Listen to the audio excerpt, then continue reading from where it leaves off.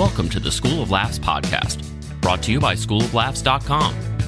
Whether you're an aspiring comedian, a part-time pro, or a speaker who wants to become funnier, this is the podcast for you. We'll break down tools, tips, and techniques to help you get bigger, better, and more bookable. And now, here's the show. Welcome to the podcast. Rick Roberts here. Hope you're fine wherever you're at. You're safe and you're socially distanced and you're at least 6 feet, maybe 60 feet away from anybody. Hope you're not trapped in the middle of a super spreader event. Wherever you are, doing whatever you're doing, I hope that you feel good and that you are good. Hey, today I've got an interview, what's a discussion? I guess it's kind of a hybrid. It's an interscussion with Zach Lyman. Zach Lyman is a comic that first came on my radar, maybe, 2014 when I started doing the podcast. He was one of the first guys that responded back to something that I put out, and I kind of kept tabs on him loosely over the years. He moved from Louisville to Phoenix, and now he is still performing comedy and also does consulting on, get this, Facebook and marketing. So I thought, man, here's a comic who knows marketing, and we can all use that. Not only does he know a little bit about that, I would say quite a bit, he also is going to give us a little insight into the early days of YouTube Shorts. I didn't really know anything about YouTube Shorts, so I saw Zach post about it last week, and it got on my radar. I started looking at it, and basically, in a nutshell, wouldn't be good at all because you couldn't do anything. It's like the squirrel would take it. Now, in a nutshell, what it is kind of like a TikTok or an Instagram story for YouTube. You know, YouTube's always been horizontal video, the 16:9 kind of video. Now they're pivoting a little bit, adding a shelf to their homepage where shorter vertical cell phone videos can be posted and shared. So Zach has been experimenting with that. He'll tell us a little bit about that in the second part of the interview. And I would like to say thanks to our Patreon supporter this week, Ray Price. Ray Price has been with us through Patreon from the very beginning. Ray, thanks again for sticking with us. Hopefully it still entertains and educates and gives you some value for your Patreon support. If you'd like to find out more about Patreon, just go to schooloflaughs.com/PATREON. All right, let's get into it with Zach Lyman, Facebook Pixels and YouTube Shorts. Well, Zach is on the call with me today. Zach Lyman, how's it going, sir? Good, man. How are you? I'm doing pretty good. Just kind of riding the pandemic out, which is it's one of those things called a long tail curve. It didn't dip out after 4 or 5 months. It's here for a year or more. So just kind of having fun with it and hitting the internet more than I probably used to, looking around and spending probably more time on Facebook than I should. And that's where I saw something you posted the other day, and I'm like, daggone, I need to catch up with Zach. And you've got a lot of stuff to share with us today, social media and other things. But for people who don't know Zach Lyman, haven't bumped into you online, give us a snapshot of where you are, how long you've been doing some comedy, and what you're up to. Yeah, so I'm about 12 years into comedy, and in that time period, I've had a lot of odd jobs, and some of that is marketing is one of the things that I've kind of stumbled into over the years. I spent a lot of time working in coffee, and then working for coffee roasters as a marketing director. In comedy, I'm very much a do-it-yourself type of person, and I put my own tours together, and I travel the U.S. normally, and kind of like sell my own merch and stuff. So very much like DIY. How do I do it myself type of comedian. That's cool. And you got started in Louisville, but were you from Arizona originally? Yeah, I was from originally Arizona. Mostly, most of my life I've been in Arizona. I lived in Louisville for about 5 years. So, and that time you were in Louisville, who were some of the comics you hung out with and liked to go see? Because Louisville has always had a creative comedy scene and pretty supportive community, I think. Yeah. Louisville's great. I hung out with like Nick Fuller and Jacob Williams, who was actually on America's Got Talent.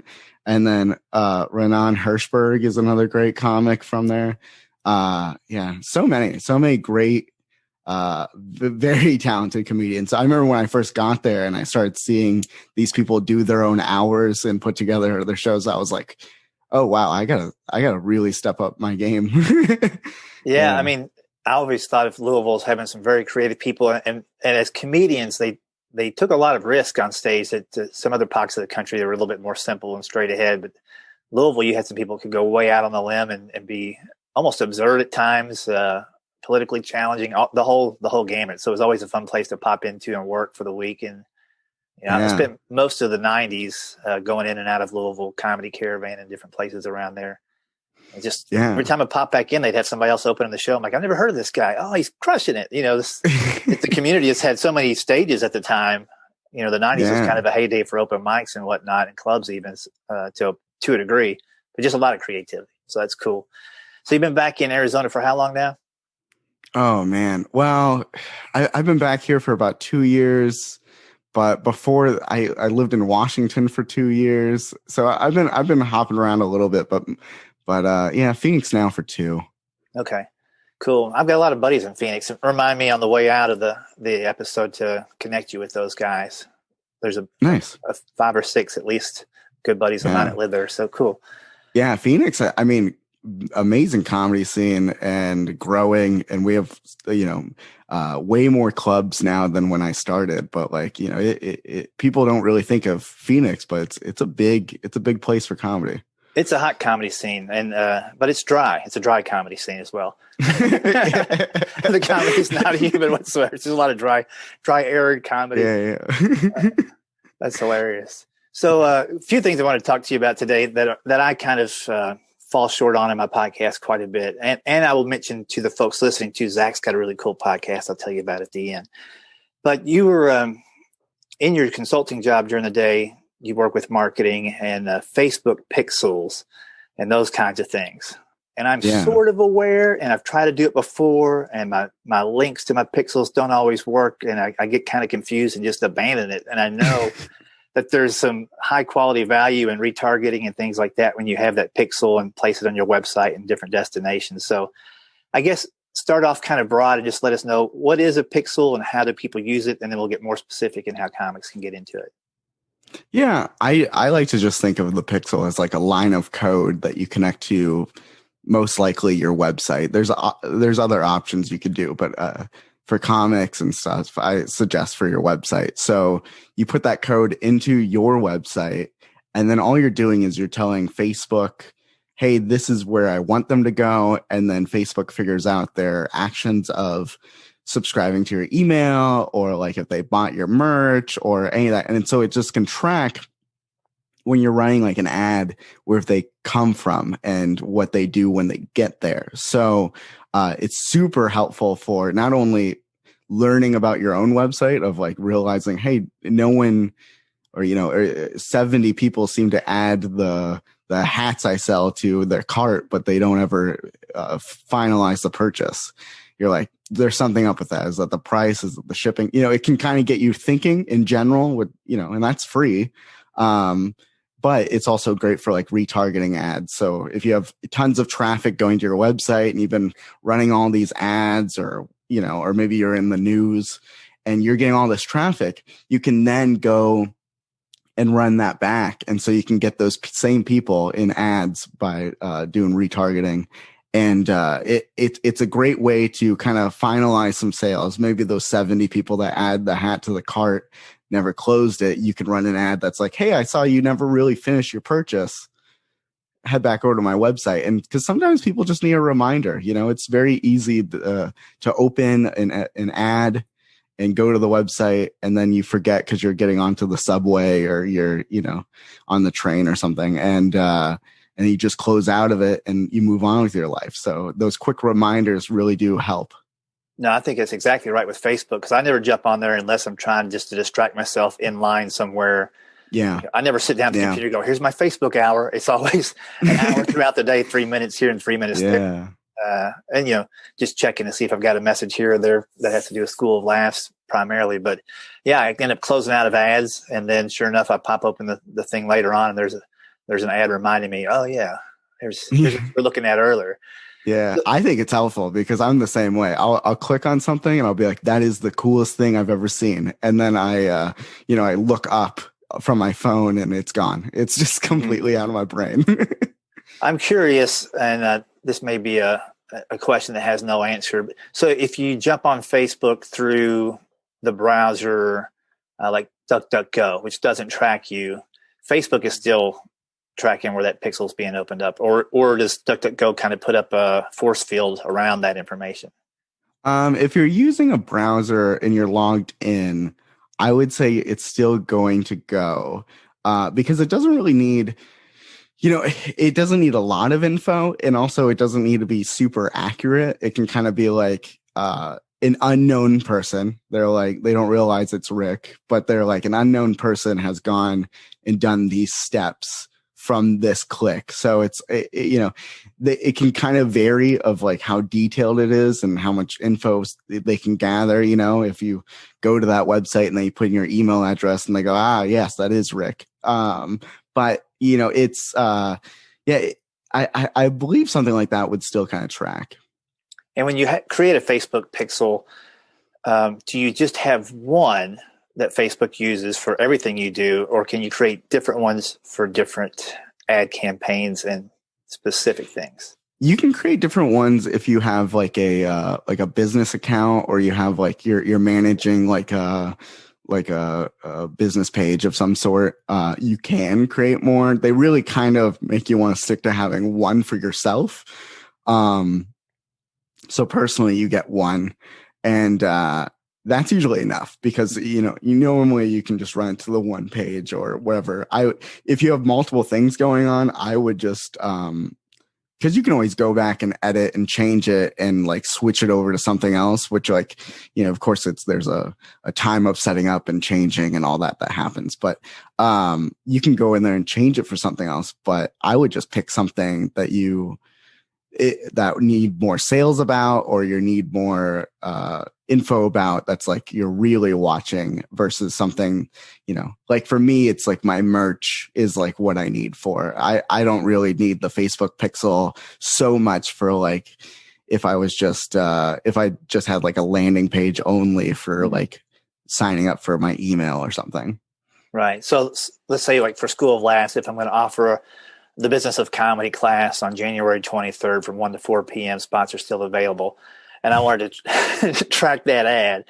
The Facebook pixel is a great thing to use because I can retarget those people if they opened it and said, I'll get to it later or whatever. Yes. So just kind of keep reminding them as they open it up that this is an option. So, and for a guy like me, so I've got the School of Laughs, but I've also got Rick Roberts, full-time comedian and speaker. Right. So in that case, it seems like I'd want two different pixels, one for Rick and one for School of Laughs. Yeah, for you have two very different things that are kind of happening at the same time. So yeah, I would look at setting up two pixels, and I'm saying this, but like every day Facebook changes. So at the same time, another suggestion is maybe making like I've done this in the past, so I'm making like a dummy account where I just sign up with like just another email or whatever, and I have an actual Facebook account that is set up just for ads, and then I can go in there and I can have it connected to everything else and have its own pixel, and then I could just switch between the two. That's like if you can't find other ways to get more than one pixel, that's a quick way to do it. I got you. And most of my accounts are dummy accounts because I'm the one that set them up. That's going to work. You're like, okay, these are my accounts. I got it. This is built for me. Yeah. It's like he's talking to me. Yeah. So like for me personally, my main website, I would want to know the contact page, the contact form. That's where I really want to make sure people visit. So when I run ads or anything with, I've done landing pages specifically in the past where the only option they have is to give me their email address. I could target people that got to that page and still didn't give me their email address. Mm-hmm. But I'm in their face again, just reminding them, hey, I'm still here. I can see where that'd be very helpful. So also on the back end of things, once you've got the pixel set up, it's getting your ads getting some traction, so that's getting some information. What kind of analytics do you have on the backside to show you things you can improve on, or just the results you're getting in general? Yeah. So, I mean, there's tons of ways you could look at that. Like as soon as we're talking about this, I was thinking about, well, Rick, if you had a video that really like took off, you can also just using the Facebook pixel is helpful with this, but I'm also saying that if you have a video that takes off, you can then run an ad to people that watched 80% of that video. And that's another way of like retargeting the same group. And so, I think using that information of how many people watched and then like looking at like add to cart subscribers, these are numbers that I always look at. And I always, if you have some kind of version of an add to cart, that's like the main number I pay attention to, because if you have 0 add to carts and you have 0, it's like, okay, I'm doing something wrong right away from the beginning. Mm-hmm. And then maybe it's the ad itself, maybe it's like I had a friend recently that I was helping him out with his ads, and he was doing this thing where he was like, if you do this challenge, he owns a gym, and he's like, if you do this challenge and you don't finish this challenge, I will give you money, like I will give you money if you don't see the result. And the way his ad was worded, it seemed as if people had to pay him that money. It was very much this like just a miscommunication from day one situation. Mm-hmm. And so he was like, oh, I got to just change this ad. And then immediately he got the add to carts and got the final, but it was like just from the beginning. So those are the stages that I look at. And then when I'm getting all those add to carts and they're not closing, then I go, is it the price? Is it shipping? Or is it the photos on the website? Or how easy is the website? And I started just kind of like picking apart like every single stage as a customer, mm-hmm. using Facebook Pixel, and Facebook Ad Manager is another big one. So gotcha. And I think the useful thing too there's a lot of useful things with the analytics on the back end. The how long they watch the video for. If nobody watches more than 80% of it, then just make it 20% shorter. Or or maybe 30% shorter, so people see all of it, because that is a bell going off for Facebook. Like, hey, people are watching the whole thing. Let's put it out to more people. Right. And Facebook obviously wants your ad to succeed because they get paid when you're running ads. So they're going to do everything on their side of it to show it to the right people, and then retarget to those people again, hoping to convert. Because the other thing too with that, just there's a million things you can do with Facebook ads, but seeing how you set up the ad to succeed in the first place, whether it's just you want a general reach, you want a lot of people to see it, you want a lot of people to click on it, or you want a lot of people to sign up. There's all these different things that determine how you're paying for your ad. And I think the mistake some people make is they try to find the thing that costs them the least, but that also might be the thing that gives you the least amount of customers and return on your investment. Yeah. You're exactly right. And that's something I look at is, if I never ran an ad for you before and we're going to start doing this campaign, step one to build like the right audience and make sure I'm running it to the right people is I'll take like some good ads that we all decide that the photos or the video is great. And then I run it using just like a cost per click. So that's how we're paying for it. And I just try to get like a really low cost per click. So I'll try to get it down to like, depending on your industry, but as cheap as possible, pennies, right? Mm-hmm. It's the goal. And then that just tells me, okay, there's interest here. There is interest. But at the same time, just because there's thousands of people clicking a link doesn't really mean that thousands of people want to buy it. It just means that a lot of people saw it and enough clicked. So it gives me the gauge that we're heading in the right direction, but it doesn't 100% mean that as soon as we switch it over to set up to track purchases, that people are going to be like, yeah, and 100% sign up. So I always like suggest of like, those are the stages: build your audience using the cost per click and getting that cheaply, that info and learning about the add to carts. And then later switching, when you build the ad out, switching it to, tracking add to carts or tracking purchases. Because those numbers, they could be the same numbers, but how you're going to see them in the ad manager could scare you, really, because you're like thousands of people, pennies per click, and then they switch it over to it's $40 a purchase, and they could be the same numbers, but it's just like how much cost to get there. So I like that. I mean, if you started with the second phase with the per purchase, then you may not see any results in your ad because people haven't got to know you enough to make that purchase. Yeah. And so you may never pay that rate, but nobody's bought your thing either. But I like the idea of building that audience of people you can retarget. So here's a broad group of people who kind of are interested in what I'm in. I'm going to retarget now and get to see who's going to buy. And so I'm going to send the ad just to those people that saw the first one, but now there's a call to action to purchase or what have you. Yeah. And you're not trying to do that with a bunch of general people who might click on it and bump out, which will just tell the analytics that your ad was bad when maybe it wasn't. It just wasn't going to the right people within that group, the subset in that group. Yeah, 100%. Like when I look at the data, like before I make that switch or I do any of those changes, while I'm still in the cost per click area, I look at, is it men that are 25 to 35 that seem to be clicking the most, and then I narrow that down, because then when you switch over, that's going to help you, because then it's only going to show to people that truly are interested. And for like, comics or anyone that's like starting a business, like when you're in the early stages and you're not in Forbes magazine or GQ or something where like people have kind of heard of the name, you're starting from scratch. And so I'm always like, when I talk to people, I'm like, let's just drive as much as possible. Let's be as broad as possible, all age range, everyone's welcome.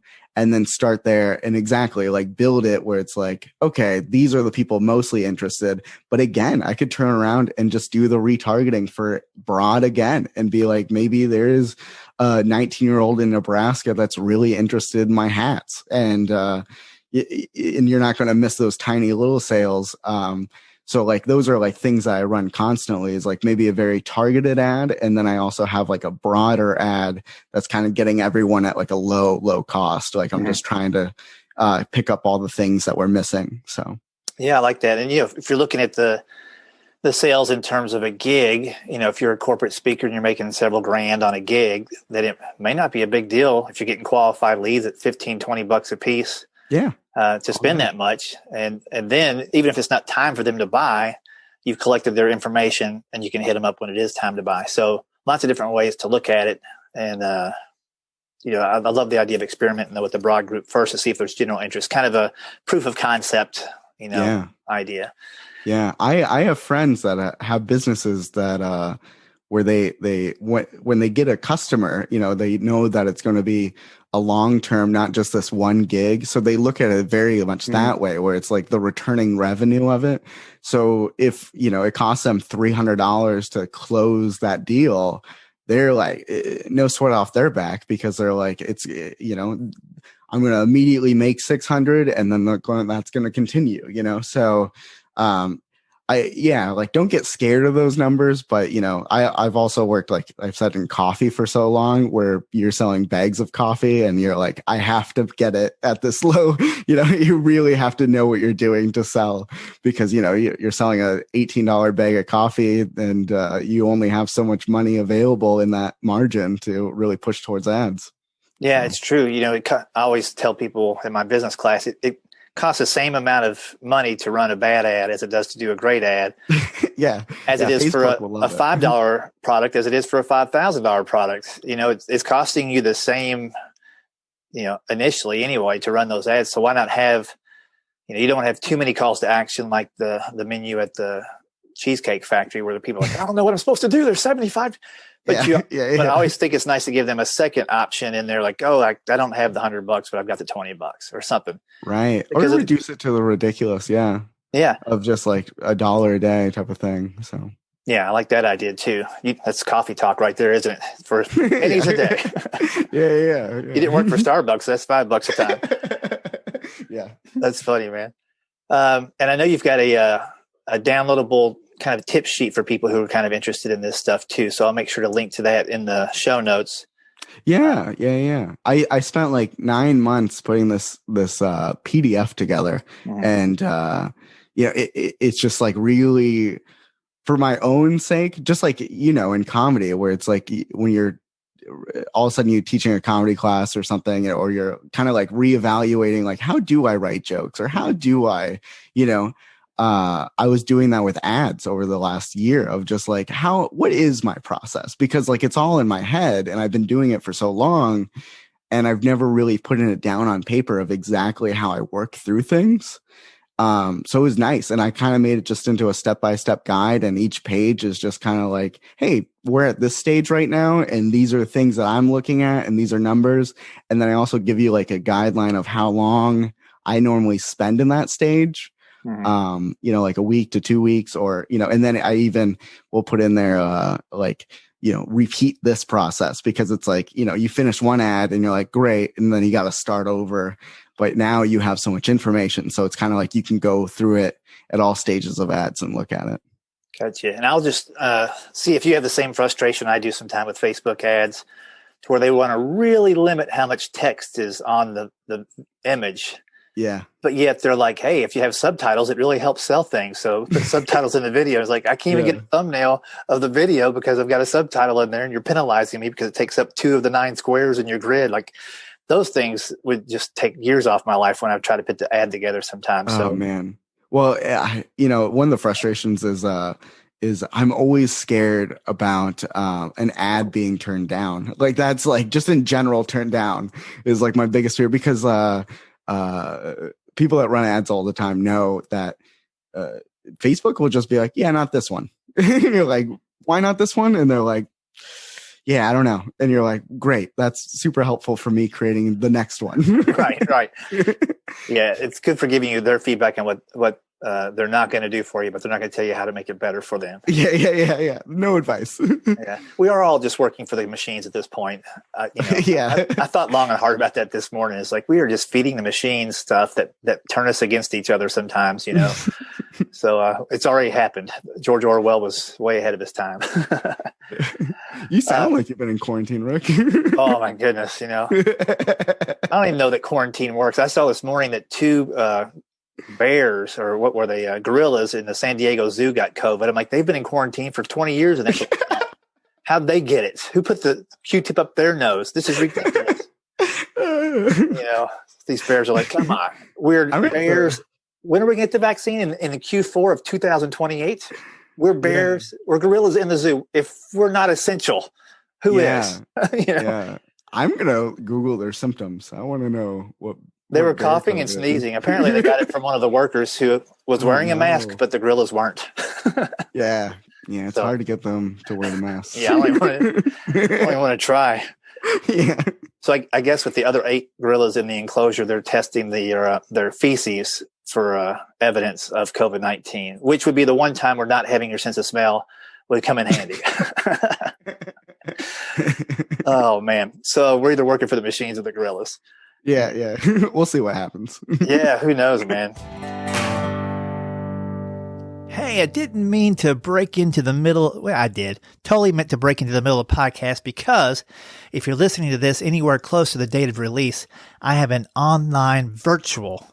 Let's call it virtual, because online means it's always there. This is a virtual afternoon Business of Comedy workshop. I usually do this once a year live, but because of the restrictions of the pandemic, I'm not able to do that. But this might be a blessing in disguise, because now anybody anywhere can get this information. And let me tell you, it's full of information. It's January 23rd from 1 to 4 p.m. Central Time in the year of our Lord 2021. And what this is, and people say, when should I take this class? I'm not a full-time comedian yet, or I haven't even started comedy yet. I'm just kind of thinking about it. Well, you can take this class anytime, because what I do is I walk you through all the phases of becoming a stand-up comedian, from how you get started, the opening levels, the open mics, moving into the MC, feature, headlining position, going from clubs to theaters, theaters to arenas, arenas to your Netflix. Well, you might not get a Netflix special, although some people that have been on our podcast sure have. Hey, in short, it's going to be a lot of fun. There's no question off limits. I'll give you 100% truth, whether it's good, bad, or ugly. And we're going to cover a lot. We're going to cover getting paid, the different niches you can work in outside of comedy clubs, how do you self-promote, virtual work, and how you do that the best way and get your name out there, websites, taxes, merchandise, ways you can make passive income from comedy, from not being on stage in front of people, because guess what? Sometimes you can't do that, as we found out. I'll talk about getting played on Sirius XM radio, how you approach dry bar folks to try to get a comedy special. All of these things will be in our workshop. And here's the big thing. If none of this applies to you, but you still have questions, you can send those to me in advance of Saturday, January 23rd, or even ask me that day. And if I don't have the answer, I'll talk to somebody and find out for you. That's what I'm going to do. So if you're looking to get booked at clubs, I'll talk about what clubs are looking for and some specific clubs, who to contact, when to contact them, what they want to see, what they don't want to see, and why you only have one shot. So you should probably find this information out and don't blow it. Lots of good stuff. There'll be a big old thick workbook PDF you can download. It'll be over 50 pages of information. So the stuff that doesn't apply today, but maybe does next year, you can pick up that workbook, get the info, and apply it. All right. We have room, but we don't have a ton of room. So if you want to get involved with that, go to schooloflaughs.com, click on the top tab underneath upcoming classes. It'll say virtual events. The third offering on there will be the Business of Comedy Workshop. If that's too complex, shoot me an email, schooloflaughs@gmail.com. Now, let's get back to the episode with Zach Lyman.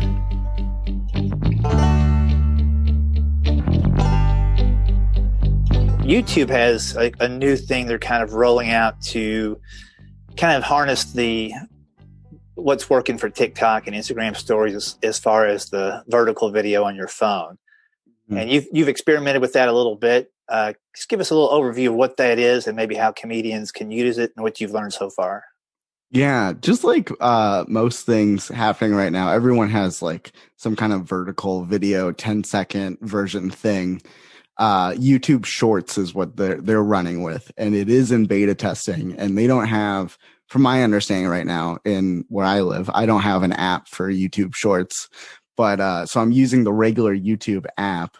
And then all I'm doing is I'm taking the TikToks that I make and the Instagram Reels, and then I'm uploading them to my YouTube channel. And I'm just tagging them YouTube shorts in the tags when I upload them. And then I'm sure it sees that's a vertical video and just puts them in this different category. And I started playing around with this because I heard about it. And then I was already playing with making a TikTok and then putting it on Instagram. Then I was also turning around and I was putting it on Pinterest. And then I was putting it on now YouTube Shorts. And I was just kind of seeing like, where does the traffic come from? Because the downside of having something on Instagram or on TikTok is that it's not really searchable by Google. So that's what I'm really loving about YouTube Shorts is because now it's in Google and they love YouTube. So of course it's going to be at the top of whatever category.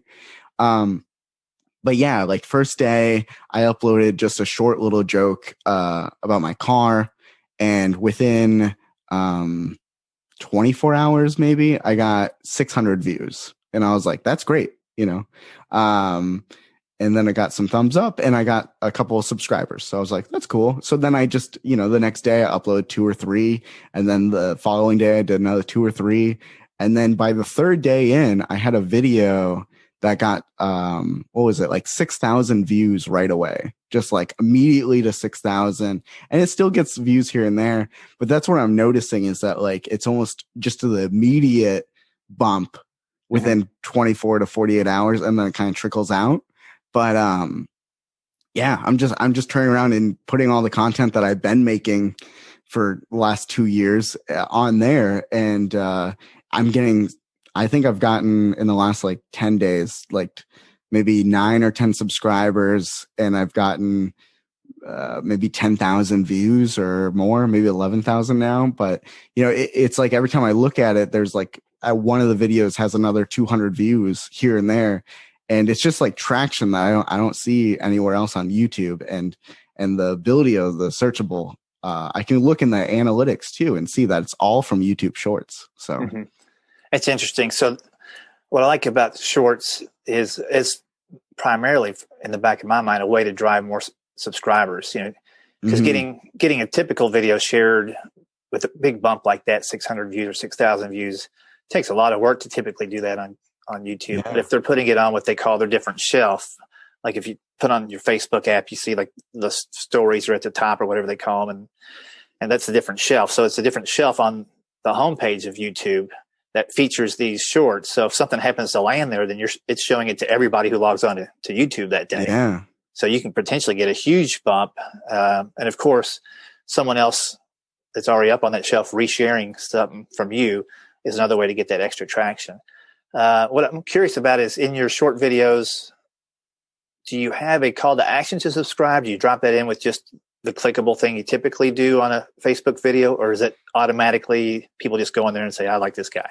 Yeah, they just been just like a YouTube video, they have all the ups and downs and the subscribe button right there. And I haven't been pushing subscribe or, making that call to action at all. Because I'm just like testing. So I'll just, even the bios I've been playing around with of like, this is a clip from this, or like, trying to think of SEO of like what angle they could be searching and helping, and then just having like a link to my website.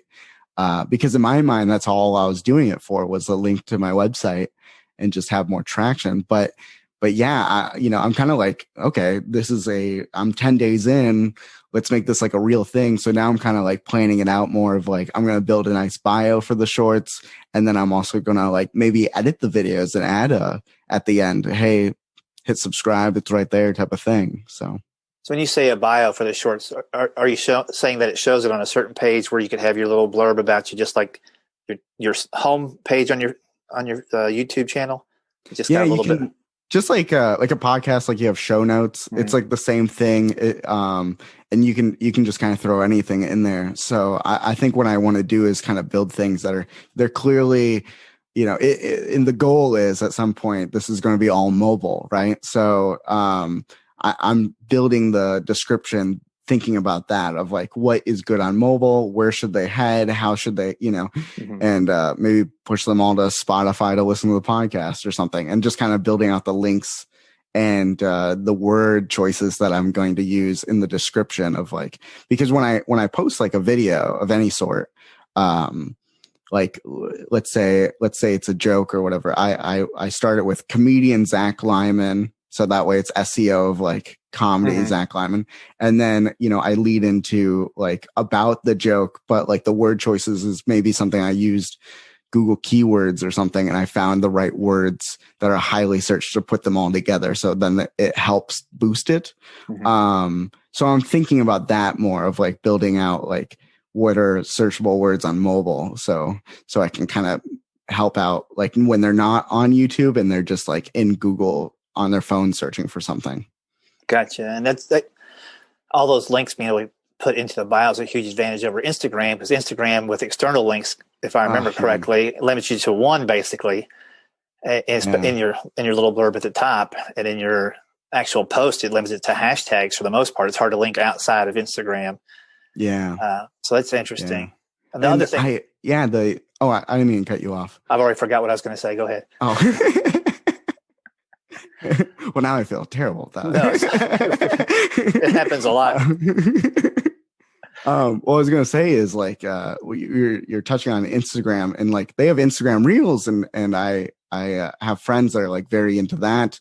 But Instagram Reels, I've had videos take off and get 10,000, 11,000. I have like a handful that are like in that range on there, and I don't think any of them got me a single follower, or didn't start a conversation, or, no thumbs up, or it's like some likes and stuff.